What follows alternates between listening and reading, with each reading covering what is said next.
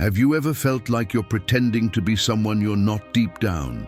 Have you looked at yourself in the mirror and asked yourself with brutal honesty, do I really trust myself? Or am I just acting like I do? Most people don't have confidence. They have a facade, an armor of sure words, rehearsed postures, motivational phrases that sound good but mean nothing when everything falls apart. Real confidence, very little. Because true confidence doesn't come from how you're seen, or what you have, or what you achieve. True confidence is born in silence, when there's no one around, and yet you don't betray yourself. And here comes the uncomfortable truth. The world owes you nothing. No one is going to come to rescue you. No one is going to give you permission to be who you are. No one is going to constantly validate you. If you're waiting for approval, you're going to live as a slave. If you're waiting for the perfect moment, you're going to die waiting. That's why today I'm not here to sweet talk you. I'm not here to inflate you with believe in yourself phrases while everything crumbles inside. Today, we're going to get to the root. We're going to talk about confidence from the ground, where it's really built. Chaos, doubt, fear, frustration. We're going to talk about a confidence that doesn't shout, that doesn't show off, that doesn't need an audience. A confidence that is forged when you can no longer lie to yourself. And for that, we're going to use Stoicism. Not as a fancy idea, but as a brutal tool. Because Stoicism doesn't caress you. It wakes you up. It shakes you. It forces you to take control of the only thing you can control. You. Your thoughts, your actions, your values. In this video, you're going to receive 8 lessons. They're not tips to make you feel better. They're principles to make you stronger. I'm not going to sell them to you as magical. I'm going to give them to you for what they are. Weapons. To break with the weak, dependent, and empty version that the world has taught you to be. So listen carefully. Don't mentally applaud. Apply. Train. And when you do, you'll notice. Not because people say so, but because finally, for the first time, you're going to walk with yourself without fear, without guilt, without masks. Unbreak the invisible chain. You weren't born tied, but you learned to live chained. And the worst part is that the heaviest chains are not visible. They don't make noise, they don't shine, they don't squeeze your skin, but they stop you every time you want to move forward. They whisper to you that you're not enough, that it's not your time, that someone else deserves that place, that you don't. That's the invisible chain, the one you made yourself over the years, made of opinions you absorbed without questioning, of looks that taught you to doubt yourself, of poorly digested failures and silences full of fear. And no, it's not your fault for creating it, but it is your responsibility to break it. Do you want real confidence? Then start there. Stop thinking that you need to become someone else to deserve respect. Stop waiting for the world to tell you it's safe to move. That's not going to happen. The world is not going to set you free. Because it suits the world for you to keep obeying, to keep quiet, to keep doubting. Stoicism says that human beings are free by nature. But that freedom is not a gift. It's a conquest. And it's conquered with conscious action, not with mental fantasies. It's not enough to tell yourself that you're free. You have to act as if you were, even if you're scared, even if everything inside you is shaking. Epictetus, a slave who became a wise man, said it clearly. It's not the things that affect us, but the opinion we have of them. And you have opinions that are real shackles. You think you can't, that you don't know, that you're going to fail. And instead of laughing in the face of those voices, you obey them like a well-trained dog. Breaking the invisible chain is not about shouting that you're free. It's about doing what you know you have to do, even if you still feel scared. It's about saying what you think, even if it makes others uncomfortable. About leaving that place where you no longer grow, even if you don't have a perfect plan. About choosing what strengthens you, even if it hurts at first. Confidence is not the absence of fear, it's action despite fear. And the only way for it to start growing inside you is by proving, with facts, that you're no longer going to obey those voices that chain you. So ask yourself a brutal question. What are you obeying today that keeps you chained? To someone's opinion who doesn't even respect their own life, to a standard of success that you don't even understand, to the fear of not being enough when you've already proven more than once that you can. Breaking the invisible chain is an act of war against your domesticated version, and yes, it's going to hurt, because when you cut a chain, part of you also goes with it. The part that settled, the part that hid, the part that existed only to please. But what remains after? What remains after is fire. It's presence. It's a voice that no longer stays quiet under pressure. It's a confidence that doesn't need permission or applause. That's real freedom. And that's the foundation of a confidence that doesn't break under others' gaze. Break the invisible chain. Don't wait to feel ready. Do it now. Because every day you postpone, fear grows. And every step you take, even if it's small, fear recedes. That's how you start building confidence, with a clear cut, a real break, a no more, and then walk, even if it hurts, even if it's heavy, even if it shakes, but walk free. 2. Stop waiting for the God's permission. There is a silent trap that stops almost all of us. It's not in fear, nor in laziness, nor even in lack of talent. It's in waiting. In that absurd idea, but deeply rooted, that one day something or someone is going to give us permission. That one day the universe is going to throw us a signal, that the magical moment will come when everything will make sense and we can finally start. That day never comes, because it doesn't exist.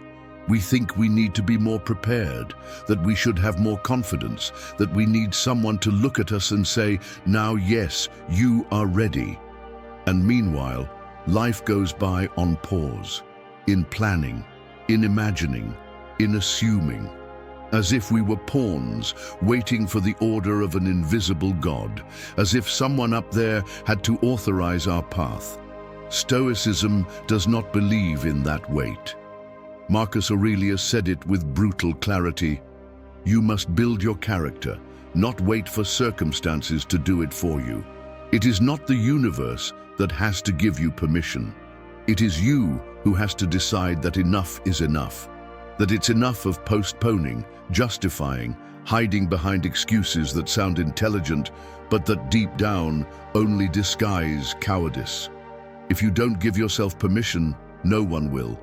And if they do, it will be with conditions, with expectations, with limits. It won't be freedom. It will be another type of prison, more comfortable, more decorated, but prison at the end. Waiting for the perfect moment is surrender disguised as prudence. It is letting fear dress up as sensibility. It is believing that time will give you courage when all it does is eat you up little by little. Confidence does not appear when you are ready. It appears when you decide to move despite not being ready. When you understand that no one has the authority to give you courage, that you already have it but it's asleep, rusty, hidden under layers of obedience, fear, false humility. How many opportunities have you missed just by waiting for the right moment? How many times have you silenced your truth to avoid discomfort? How many times have you minimized your ideas, your talents, your voice, waiting for someone else to validate them? Stop waiting. No one will come to light the torch for you. No one is going to take risks in your place. No one is going to live your life. And every day you spend waiting is a day you are denying yourself. This point is not just advice, it's an order. Because there are internal battles that are not won with softness. There are moments when you have to tell yourself up front, enough. Enough of standing still. Enough of asking if you can. Enough of wanting to please to advance. Enough of asking for permission to be you. Life does not ask water if it can flow. It does not ask fire if it can burn. They just do it. And you who are conscious, who have a voice, thought and will, are you going to keep waiting for the God's permission to move? No one is going to tap you on the shoulder and give you the go-ahead. No one is going to bring down the moon as a signal. No one is going to tell you, it's your turn. The turn is now. You give the permission, and if you don't, you're going to live half a life, making your life an eternal rehearsal, until one day you realize that the stage went dark and you didn't even enter. Stop waiting for the gods' permission. Act as if you were already free, because deep down, you always were. You just didn't dare to believe it. 3. Take up the space that is already yours. There are spaces that belong to you, even though you may not yet dare to step into them. Places where you could already be, but you're not. Not because you can't, but because you don't believe it, because you doubt, because you think someone else deserves it more, because deep down you still see your worth as something that needs to be earned, not as something that already exists. And no, it's not about arrogance. It's not about feeling superior. It's about recognizing what is already yours by right of effort, of consciousness, of internal work. But that place is not given to you. It is not granted. It is taken, and it is taken with presence, with courage, with determination. Many people spend their lives waiting to be invited. They want to sit at the table, but only if someone tells them it's okay, as if external validation were a key that unlocks their potential. And they don't see it, but every time they do that, they make themselves small. They bow down. They shrink to fit into a mold they didn't even choose. Take up the space that is already yours, not the one you were given, not the one you were allowed, the one you know deep down that corresponds to you. That space where you can speak clearly, act with intention, live with purpose.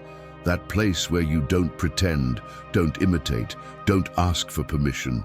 Stoicism doesn't talk about shining. It talks about standing firm, about being who you are without trembling, about walking without looking if others approve of your step. Marcus Aurelius did not write to be admired. He wrote to remind himself over and over again that the emperor was also human, that real power is not in the position, but in clarity, in coherence, in the ability to hold up even when the whole world pushes against. And you, how much longer are you going to deny what is already yours?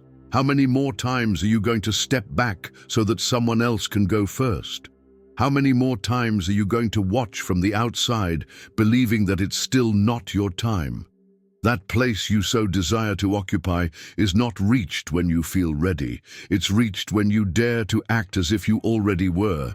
Not because you're pretending, but because you need to remind yourself that you're not less, that you already carry it within, that you just need to show it. But occupying your space is not comfortable. It requires presence. It requires you to stop apologizing for existing. It requires enduring the looks, the judgments, the discomfort of being you without filters. It requires you to get tired of hiding, to get fed up with being second in your own life. And you know what? Not everyone will accept it.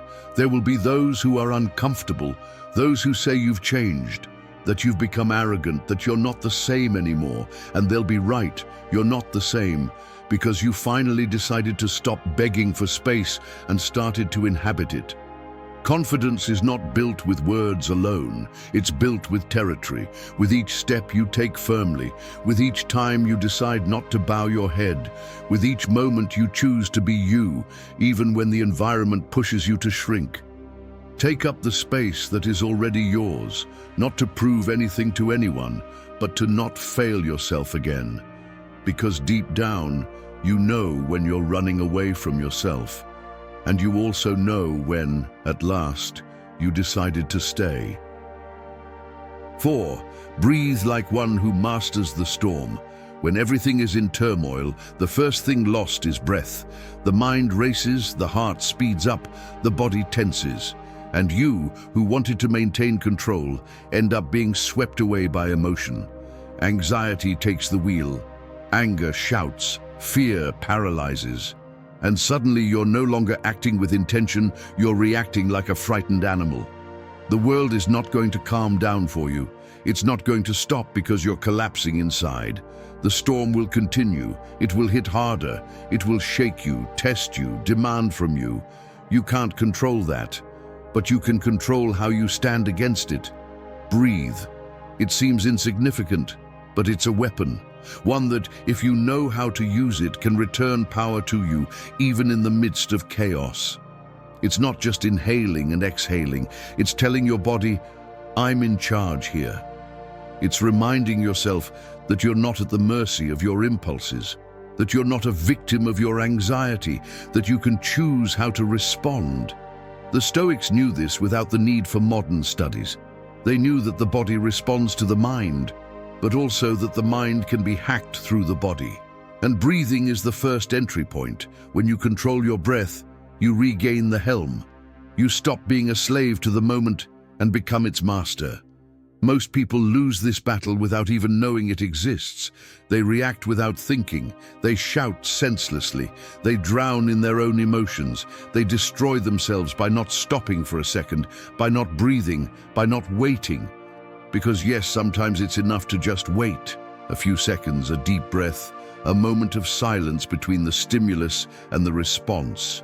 Breathe like one who masters the storm, not like one who flees, not like one who begs.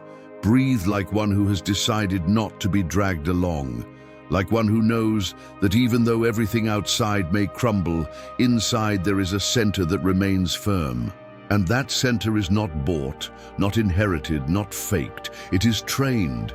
Every time you choose not to explode, not to run, not to give up, you are training that strength. Every time you take a deep breath in the midst of chaos, you are telling your nervous system, we're okay, we're not going to break. And that is confidence, not the shout of false security, but the silent calm that holds everything when everything else fails. You don't need to control the world, you just need to control yourself. And that starts with something as simple, as powerful, and as overlooked as breathing. Breathe to not act from the wound. Breathe to not repeat patterns. Breathe to be able to think, to be able to see, to be able to decide clearly. It's not about cheap spirituality or trendy techniques. It's about surviving with dignity, about responding as a human being, not as a wounded animal, about standing in the midst of chaos without betraying yourself, without losing yourself, without lowering yourself. When everything burns, breathe. When you're attacked, breathe. When you feel on the edge, breathe. Because if you can breathe, you can think. And if you can think, you can choose. And if you can choose, you can change everything. Breathing is power, power over yourself. And whoever has power over themselves doesn't need to control anyone else. They can walk in peace, even in the midst of fire. They can act with firmness, even when everything trembles. They can live with confidence, not because the world is safe, but because inside them there is something that does not break. 5. Tear off your mask. Look at yourself head on. Living with a mask is like using a foggy mirror to comb your hair every morning. You see yourself, yes, but never clearly, never completely. Only vague shapes, a blurry silhouette of what you really are. And so you spend your days believing that you know yourself, when in truth you only know the edited version you invented to protect yourself. You can't build real trust if you don't know who you are. And you can't know who you are if you keep acting. If every day you put on a different mask to fit in, to be liked, to not disturb, to seem stronger, happier, more confident than you really feel.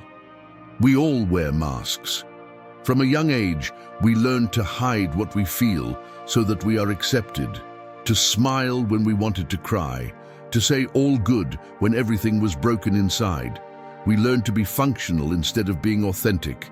And the worst part is that we did it so well, we ended up believing that the mask was us. But we are not. The mask is a strategy. It's a defense mechanism. It served its purpose. Maybe it protected you.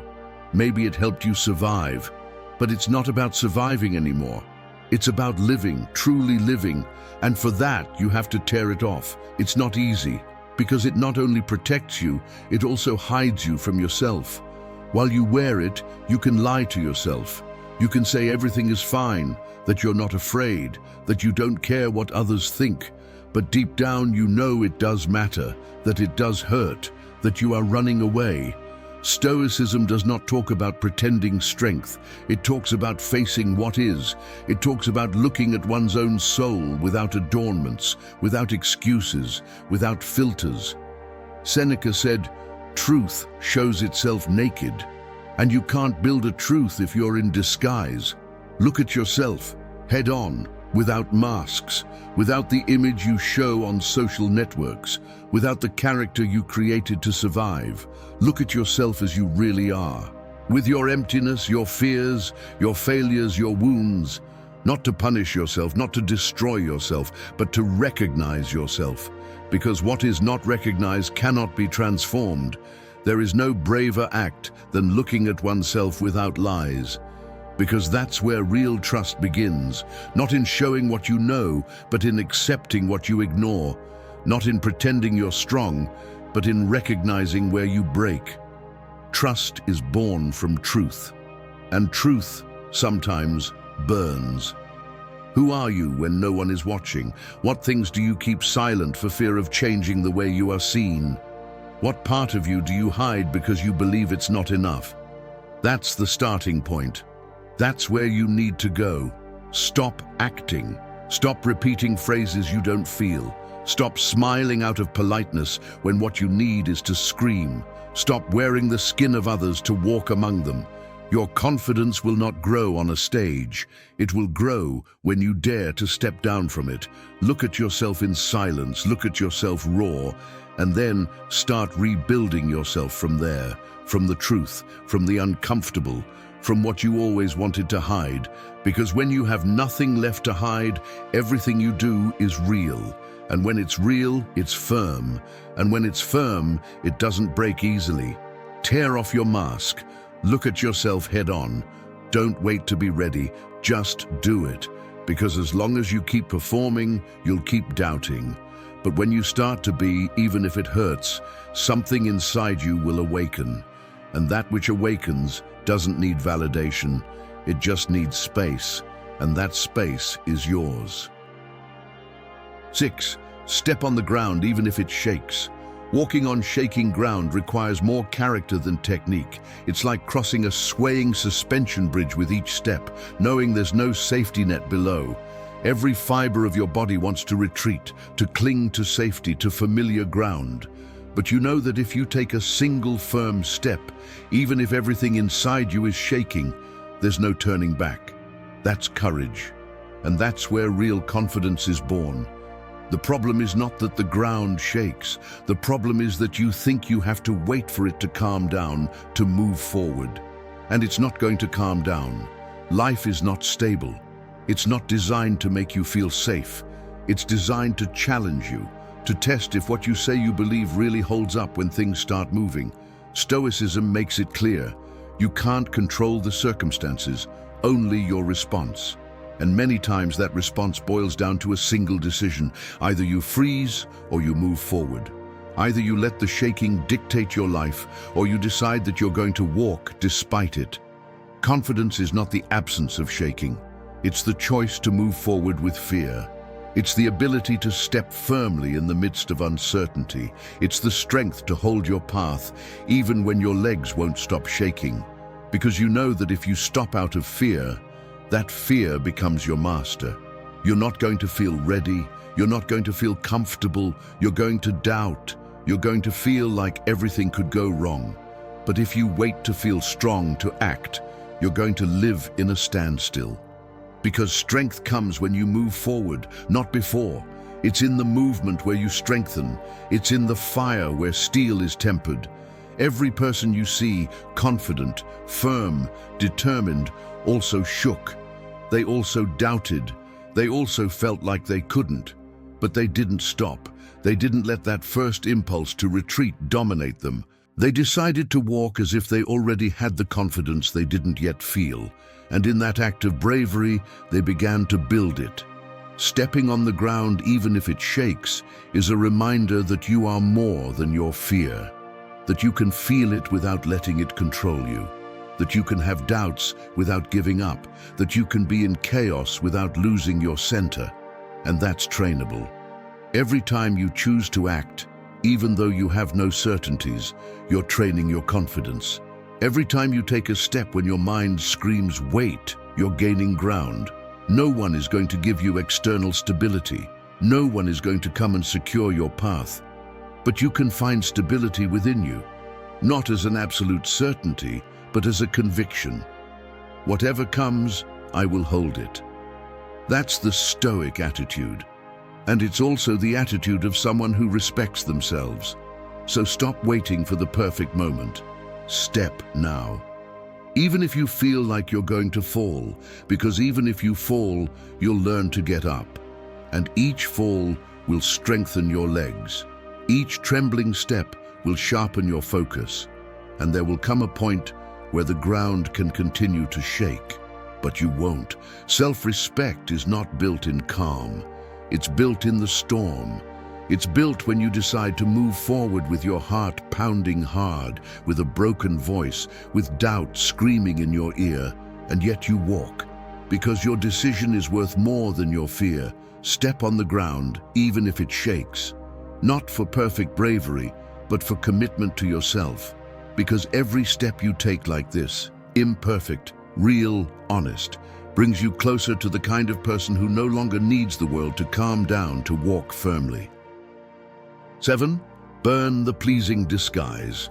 Trying to please everyone is like walking with a mask that changes shape with every person you cross. You end up exhausted, confused, disconnected. And the worst part is that after so much effort to fit in, you don't even know who you are. You only know that you have been many versions, but none authentic. The desire to please is not tenderness, it's a prison. It's a chain disguised as courtesy. It's a slow poison that disguises itself as good intention. Because deep down, what it really seeks is not connection, but desperate acceptance. It's not empathy, it's need. A dangerous need, that of being validated at all costs, even at the expense of yourself. People who live to please end up betraying themselves. They say yes when they want to say no. They remain silent when they should speak. They smile when everything inside is burning. They change their opinion depending on the room they are in. And although they seem to be fine, inside they are rotting. Because nothing corrupts the soul more than living according to others' expectations. Stoicism doesn't ask you to be rude, but it does demand you to be real. You can't walk with dignity if you're constantly measuring every word, every gesture, every decision, so as not to disturb. Seneca put it clearly, he who tries to please everyone does not please himself. And if you don't please yourself, how can you trust yourself? Burning the pleasing disguise doesn't mean becoming a rebel without a cause. It means you stop selling yourself short, that you stop disguising yourself according to what others expect from you. It means you choose to disturb, if that means being consistent, that you prefer to disappoint others rather than betray yourself once more. There's nothing more exhausting than trying to be liked by everyone, because you will always be too much for some and too little for others. There will always be someone who criticizes you, someone who doesn't understand you, someone who wants you to be different. And if you adjust to each one, you end up losing yourself. You become an echo without a voice of your own, a shadow that only exists when others are watching. Real confidence is built when your opinion of yourself weighs more than the opinion of others, when you know who you are, what values you hold, what boundaries you won't cross, even if that means losing affection, recognition, praise, because what you gain is much bigger, your self-respect. Burn the pleasing disguise. Don't fold it. Don't keep it just in case. Burn it. Turn it into ashes, because as long as there's a chance to use it again, you will. And every time you use it, you lose a bit more of yourself. You're going to disturb. You're going to disappoint. You're going to receive rejection, but you're also going to start attracting the real. People who respect you for who you are, not for what you pretend. Relationships that are built on authenticity, not on social masks. You can't walk with confidence if you're asking for permission with your eyes. You can't move forward if every step depends on external approval. You can't trust yourself if you've trained yourself to please others before listening to yourself. So choose. You can continue acting and be loved by everyone but yourself, or you can start being you and maybe lose some things, but gain something that no one can give you, inner freedom. And that freedom is worth more than any applause.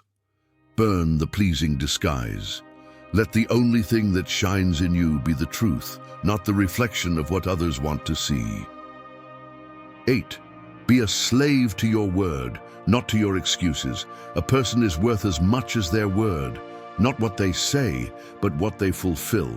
Not what they promise when they are motivated, but what they uphold when no one is watching. Because talking is easy, promising is easy, planning is easy.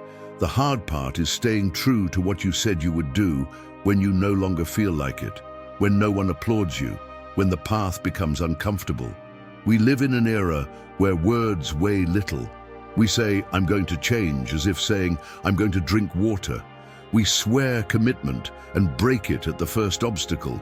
We promise and we postpone. And every time you do that, you not only fail others, you fail yourself. Your mind registers it, your body feels it, and your confidence cracks a little more. Stoicism is brutally clear on this point. Consistency is law. If you say something, you do it. If you commit, you fulfill it. Not because there are external consequences, but because your dignity depends on it. Because if your word has no value, neither do you. You are smoke. You are noise. You are promise without structure. Be a slave to your word, not out of pride, but out of self-respect. If you said you were going to train, you train. If you said you were going to quit something that destroys you, you quit. If you said you were going to start, you start. Not when it's easy, not when you feel inspired, now.